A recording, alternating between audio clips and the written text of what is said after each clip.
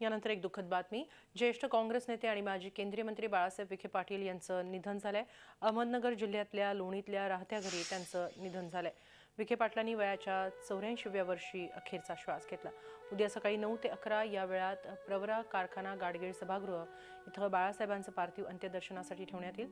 दुपारी 12 वाजता लोणीच्या जिल्हा परिषद शाळा मैदानात त्यांच्यावर अंत्यसंस्कार केले जाणार आहेत। मधल्या काळात त्यांनी शिवसेनेत प्रवेश केला होता। त्यानंतर त्यांनी माजी पंतप्रधान अटल बिहारी वाजपेयींच्या एनडीए सरकारमध्ये केंद्रीय अर्थ राज्यमंत्रीपद भूषवलं होतं।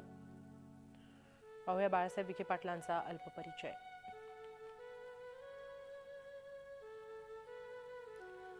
जिल्हा परिषदेपासून त्यांनी राजकीय जीवनाचा आरंभ केला। तब्बल 8 वेळा ते खासदार म्हणून निवडून आले। एनडीए सरकारमध्ये त्यांनी केंद्रीय अर्थ राज्यमंत्रीपद भूषवलं। सहकार, शेती, सिंचन, शिक्षण क्षेत्रात त्यांनी अभ्यासपूर्ण काम केलं। राज्यातील पहिलं खासगी तंत्रनिकेतन 1980 मध्ये त्यांनी सुरू केलं। प्रवरा सहकारी साखर कारखान्याचे ते अनेक वर्ष अध्यक्षपद होते। 1981-84 दरम्यान राज्य साखर संघाचे अध्यक्ष। प्रवरा ग्रामीण शिक्षण संस्थेचे ते 25 वर्षांपासून अध्यक्ष होते।